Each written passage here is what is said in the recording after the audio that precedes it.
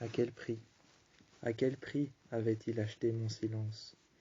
Le démon, je me souviens encore de son visage charbonneux, imitant celui de mon fils, mon propre fils. Je me souviens encore de mon fils, de sa chambre. Je me souviens lorsque je venais le soir, que je frappais à la porte. Je voyais son visage.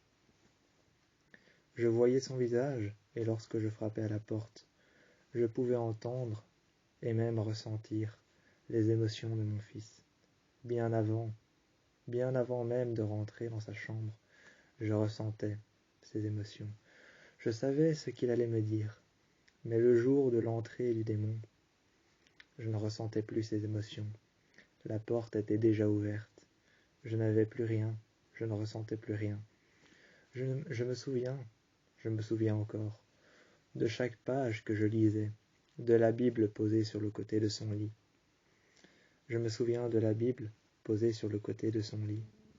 La Sainte Bible, une page ouverte, un marque-page rouge en tissu, sur le côté.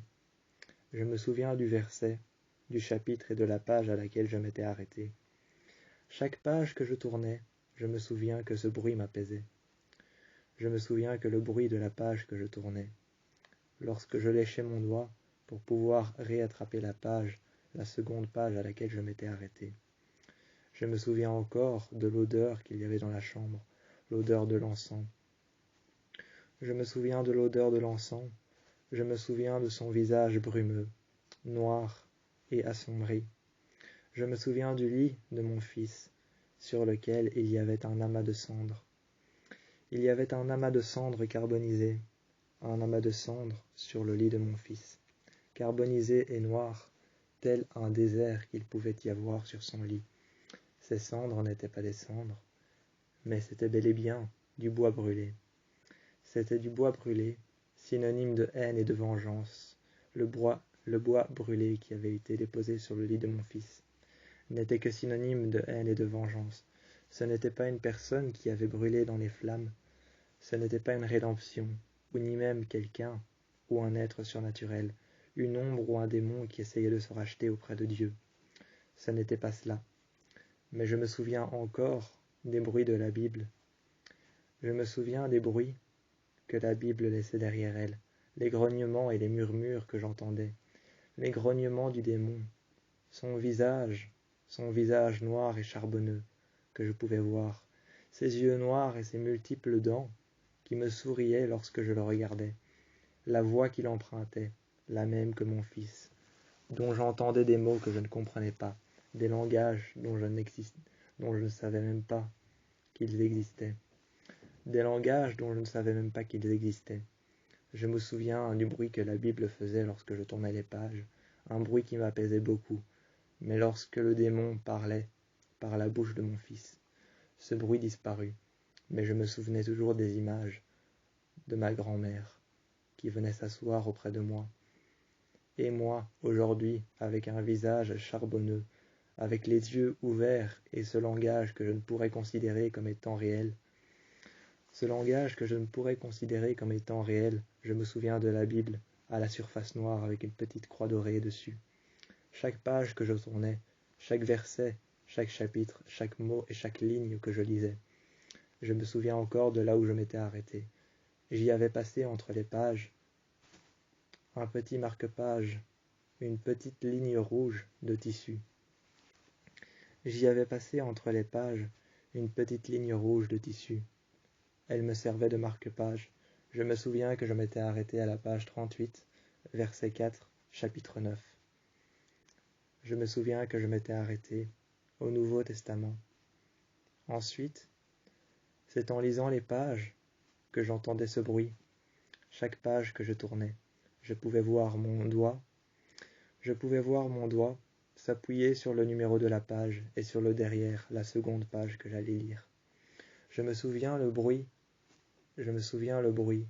de mon fils qui se mettait à respirer lentement, puis beaucoup plus lentement, puis jusqu'à en fermer les yeux et à s'endormir.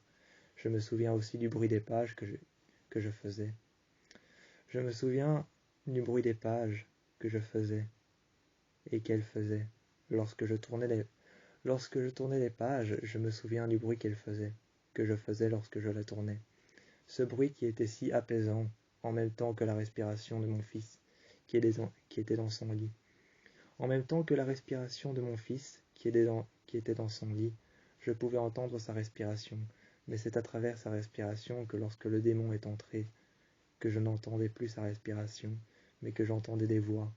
J'entendais des voix, une présence, et lorsque j'ai fermé la porte et que je l'ai regardé une dernière fois, sur son lit il était allongé, la couverture était au-dessus de lui, je pouvais le voir bordiller dans son lit, et j'ai refermé la porte. Mais lorsque le démon est entré, la dernière fois que j'ai refermé la porte, le dernier chapitre, le dernier verset et la dernière page que j'ai lue, lorsque j'ai refermé la Bible et que je l'ai rangée dans l'armoire, j'ai vu une ombre noire, sournoise et malicieuse autour de son lit. Elle m'a souri, et j'ai vu son visage charbonneux me regarder. Elle s'est tournée vers moi, je me suis approché de mon lit. Tout en reculant, je me suis approché du mien, et c'est ensuite que la porte s'est refermée violemment. Je me suis approché de la chambre de mon fils, j'ai crié après lui et j'ai essayé de le réveiller. J'ai tapé maintes et maintes fois contre la porte. J'ai ouvert la porte, et cette ombre noire, charbonneuse et malicieuse, qui m'avait souri lorsque j'avais fermé la porte, avait disparu. Malgré ça, j'ai vu mon fils se réveiller. Il a ouvert les yeux, et j'ai littéralement vu sa pupille, son iris et ses yeux devenir blancs. Ses yeux qui étaient devenus blancs, opaques, d'un blanc opaque, comme s'il était devenu aveugle. J'ai regardé ses iris disparaître, s'estomper et devenir de plus en plus blanches, jusqu'à ce qu'elles en soient absentes. Jusqu'à ce qu'elles en soient absentes, ces iris ont disparu. Ensuite, je l'ai laissé là. Je l'ai laissé pour mort, juste devant moi, et mon fils a commencé à se débattre. Le démon était entré, la force surnaturelle que je pouvais voir me sourire par-delà ses multiples dents, son visage déformé, son visage charbonneux, sa forme multiple qu'elle pouvait prendre. Parfois c'était une ombre, parfois c'était une personne que je connaissais, parfois ce n'était qu'une voix ou un murmure, parfois je pouvais la voir à travers les murs. Elle prenait la forme d'une fresque où je pouvais voir Dieu sur sa croix, et en dessous, ses innombrables disciples, recouverts de sang, de flèches ou encore de lacérations sur le corps. Je pouvais les voir par terre dans un bain de sang, une orgie de sang, et une lumière qui éclairait la croix sur laquelle le Christ était accroché. Cette croix sur laquelle le Christ était accroché, je pouvais la voir dans le désert. Par-delà une lumière qu'il y avait derrière, il y avait juste devant lui une orgie de sang et ses disciples qui avaient été lacérés, par-dessus lesquels il y avait des flèches. Il y avait des flèches dans le corps de ses disciples qui étaient en train de brûler. Leur abdomen était en train de brûler.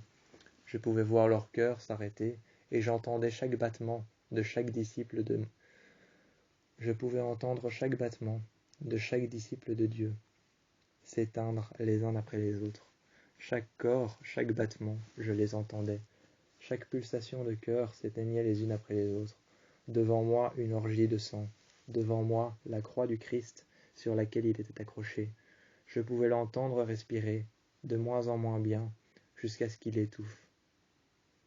Je ressentais sa douleur, et en même temps, je vis cette ombre noire apparaître, cette ombre malicieuse et sournoise, s'approcher de mon fils, lui déformer le visage, jusqu'à ce qu'il n'en reste plus rien. Il se mettait à crier, à se défendre, jusqu'à ce que je doive l'accrocher à son propre lit. Je lui récitais la Bible tous les soirs, je lui récitais la Bible tous les matins, et tous les après-midi je venais le voir. Je venais le voir tous les après-midi. Il s'automutilait. Je pouvais voir qu'il s'automutilait. Chaque jour, il y avait une blessure qui réapparaissait en plus sur son bras. Et la nuit, je venais près de lui, je m'asseyais contre son lit. Il dormait, mais j'entendais les murmures de l'ombre et du démon. Je lui lisais un chapitre, un verset et une page. Et par la force du démon et par la puissance du Christ, j'étais contrainte à essayer toute seule de faire en sorte qu'il parte et qu'il s'en aille. Je n'ai jamais su quand il est parti. Je n'ai jamais su quand il est parti.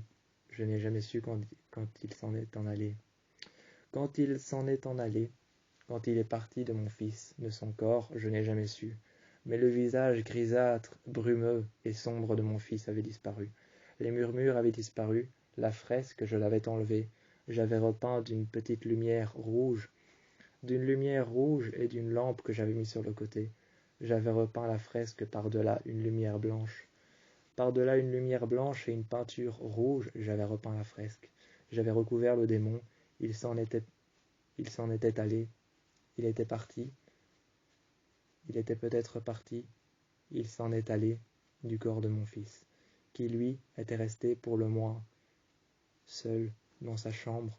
Sous les couvertures, je l'entendais respirer, et je sentais qu'il y avait un pressentiment qui me disait que tout allait bien, qu'il s'en était allé, que le démon était parti. Au-dessus de moi, le ciel devenu noir lorsque le démon était là, réapparaissait et est redevenu blanc.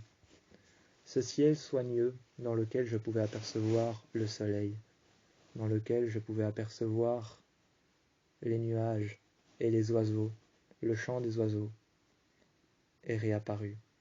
Le ciel noir dans lequel il y avait la brume, le chant des corneilles et des corbeaux, la lune, et dans lequel il y avait un ciel brumeux, pratiquement rouge et sombre, avait disparu. Le démon s'en était allé. Du corps de mon fils, il était sorti. Le Christ avait fait son travail. Le démon était parti. Aux enfers, il était retourné. Au paradis, nous étions.